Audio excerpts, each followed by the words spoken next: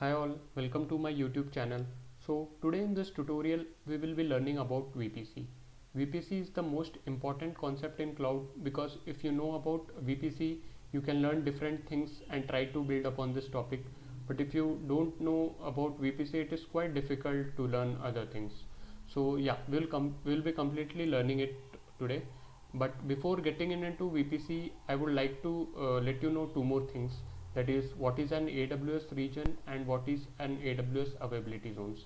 These are quite small topics in itself, but I feel that before getting into VPC we should know these two particular things. So let us go ahead and see. So yeah, what is an AWS region?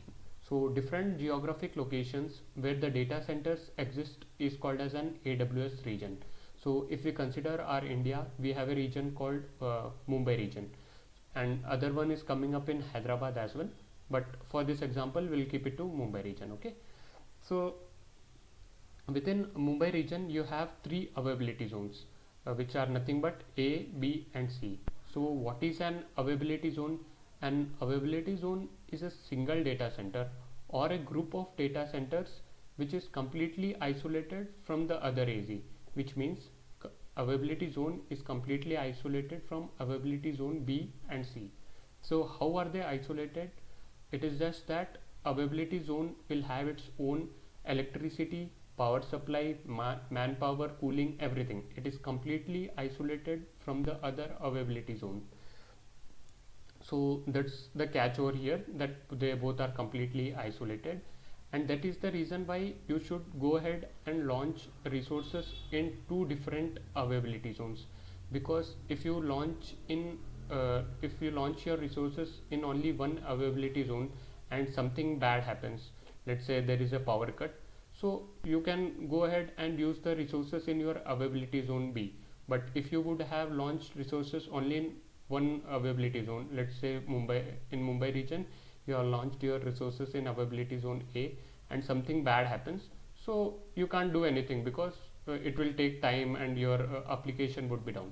But if you would have a copy of this particular resource in other availability zone as well, you can go ahead and use that particular application. So that's the thing over here. So yeah, we are clear on AWS region and what is AWS availability zone. Now we will try to look into what is a subnet. Subnet is nothing but a part of VPC. So we can keep it as simple as, let's say a VPC is nothing but an apple and you cut it into 4 pieces, and those 4 pieces are nothing but subnet. It is as simple as that. So yeah, it is a part of VPC, right? So yeah, so now what is a public subnet and what is a private subnet? Public subnet is nothing but it has access to internet. It is as simple as that. Let's say if there is a resource in this particular subnet, it will have access to internet. But what is a private subnet? Private subnet is it won't have access to internet. So let's say there is a DB over here, and you don't want your DB to be like accessible to others, right? So you will keep it in private subnet. So that is the reason why we have private subnets. But let's say we have a database in private subnet, okay, and there is a update which it wants to do. There is a new version of it, so it has to go to internet and access the thing. But as it is a private, it won't have access to internet. Then how it will go to internet? This is where when the NAT gateway comes into picture. So NAT gateway is nothing but it will act as a forward proxy. So if this particular VM or database in this particular subnet wants to access internet, what it will do, it will go to NAT gateway, and NAT gateway will send the traffic to internet, and from internet it will come and give back the response. So yeah, that's the role of NAT gateway in a VPC. So yeah, I think we are good to go ahead and see the demo of VPC. So let me go to the management console and I will launch a VPC. I will create a VPC. I will give it name my VPC and I will give it a CIDR range. Oh, before going to the I would like to explain one more thing. So our VPC is defined by something called as CIDR range, okay. So this particular thing is nothing but CIDR range. This defines how many IPs my VPC will have. So if you consider this, it will have 2 to the power 32 minus 24. So this 24 came from here, and 32 is nothing but the number which came from this part, because each single octet is of 8 digits, 8 bits, and if you do into 4, it will be 32. So 2 to the power 32 minus 24 is nothing but 2 to the power 8, which is 256 IPs. So my CIDR will have 256 IPs. So the first IP will be 10.0.0.0 and the ending will be 10.0.0.255. Now this particular CIDR I want to divide it into 4 subnets. So I will divide it by 4, so every subnet will have 64 IPs. So that's how it works over here. If you see 10.0.0 and it will end at .63, so that is 64 IPs. This subnet will start at 64, it will end at 127. If you add 64 plus 64, it will be 127, and this will start at 128 and it will be end at 191, and this will start at 192 and this will end at 255. So every subnet will have 64 IPs, right, in this particular example. So this is what mentioned over here. This is just a simple calculation to this. So yeah, let me make use of this itself. So I'll copy the CIDR range from here, and I will give the CIDR range over here, and yeah, that's it. It is as simple as that. Create VPC. So our VPC is there, my VPC, as you can see. This is the CIDR range which we have given. Now we can go to subnets and create 4 subnets. So I'll do that. We can select the VPC over here, and subnet name would be I will pick it from here itself.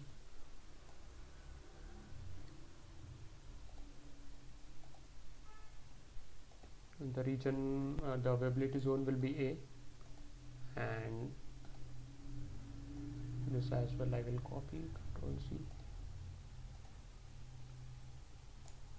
and yeah, create subnet. Now 3 more. So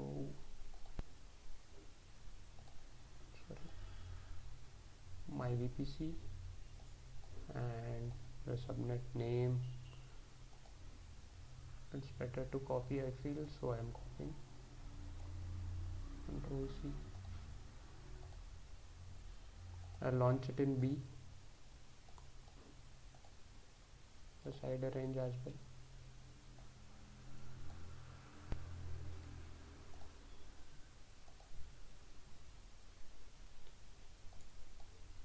And yeah, create subnet. So we have 2 public subnets. Now we'll be launching 2 private subnets.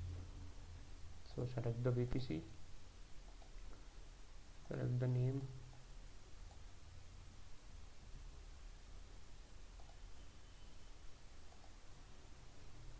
private A subnet, launching it in A, and the CIDR range as well.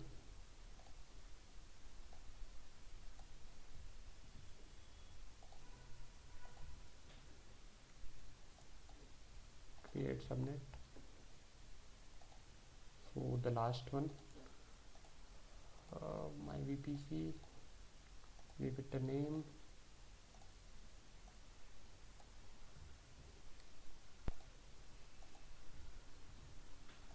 it will be in B, and create subnet.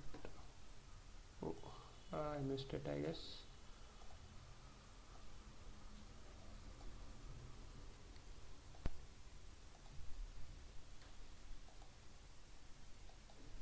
Yeah, so I'll clear all the filters, and these are the 4 subnets that we have.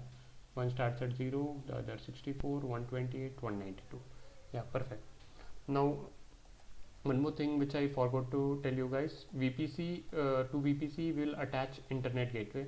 So let me create a internet gateway. I'll give it name my IGW, and yeah, create internet. So we should attach the internet gateway to a VPC. So we'll attach it to a VPC. select this VPC which we have created and attach internet gateway. As you can see in this diagram, this is the internet gateway which it will be using. Actually it should be here, but no problem. Yeah, now now the important thing comes is route tables, right? So we will create two route tables.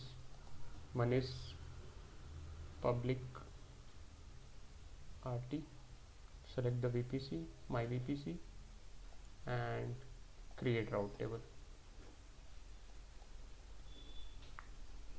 So I'll be creating one more route table. I will explain you what is this route table. So private RT and give it a name and create the route table. So if you see, now I have two route tables. So what I will do is, to the public route, what I will give is, I'll give it access to internet because it has public, it is a public route table, right? So go to edit route tables, and this is the part to internet. So select that, select internet gateway, my IGW, and save changes, right? So this is done. If you see public RT and go to the routes, it has access to internet, right? And the private RT does not have access to internet. As you can see, it does not have access to internet, right? And one more thing which I wanted to like, these are the two route tables, right? Now we need to associate the subnets with the route tables. So go to edit subnet association, and sorry, I forgot to see which one was that. So I'll go to the first public RT, subnet association, go to edit subnet routes and select the public route tables. So these are the two public select the public subnets. So these are the two particular subnets which will have access to internet, right? So save association. So as you can see, these two subnets are associated, as you can see, and they will have access to internet because in the routes we have mentioned the route to internet. But private RT will go ahead and associate the subnets first. So edit subnet association, select the private route tables and save association. That's it. And these are the two subnets which are associated with our, as you can see, private A and private B, right? So it is as simple as subnet is said to be public or private if it has access to internet. So if you see, go to the public route table, this particular subnets which are associated with this particular route table have access to the internet, so they are public route tables. But this subnets which are associated with this particular route table don't have access to the internet, so they are private route table. It is as simple as that. Okay, so but what in case our private route tables our private subnets also want to access internet? So this is where our NAT gateway comes into picture, right? So I'll go ahead and create a NAT gateway. So create NAT gateway, click on that, give it name my NAT, select the subnets. The NAT gateway is always kept in a private public subnet, right? Because that's where it acts as a forward proxy. So we always want to keep the NAT gateway in public subnet. So I will select one of the public subnets and yeah, allocate it a elastic IP, which is nothing but a static public IP, and create NAT gateway. Yeah, the NAT gateway creation has started. It actually takes some time for it to commit in available state, so we can wait for that particular time before it comes up. And what we will do, we'll go to the route tables and we'll go to the private route and we'll go ahead and tell it that, see, if you want to access the internet edit routes. If you want to go to internet, use the NAT gateway. So here NAT gateway comes, this particular, right, and save changes. So let us see if our NAT gateway has come up.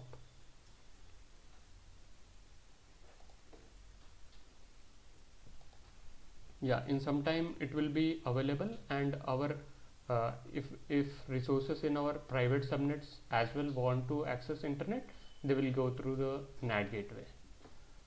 So yeah, I think this is how we create a VPC. So there are 4 steps: create your VPC, create your internet gateway, and attach your internet gateway to your VPC. Now go to subnets and create how many subnets you want. If you want 2 more subnets to create in availability zone C as well, you can go ahead and do that. That is a good practice, because as the number of availability zones you increase and you launch your resources, the chances that your application would go down in future is completely reduced. Yeah, and create the route tables. In route tables, the catch is that if public route table wants to go to internet, it has access to internet, right? And if private route tables as well, private subnets as well want to access the internet, they can go through, but they will use the NAT gateway, which acts as a forward proxy. So yeah, that's the things that are related to VPC. So yeah, that's it for this particular topic. We'll be coming up with a few more videos. Yeah, so stay tuned for that. So if you want to see those videos, please subscribe to my channel, and if you like the video, please hit the like button. Thank you so much.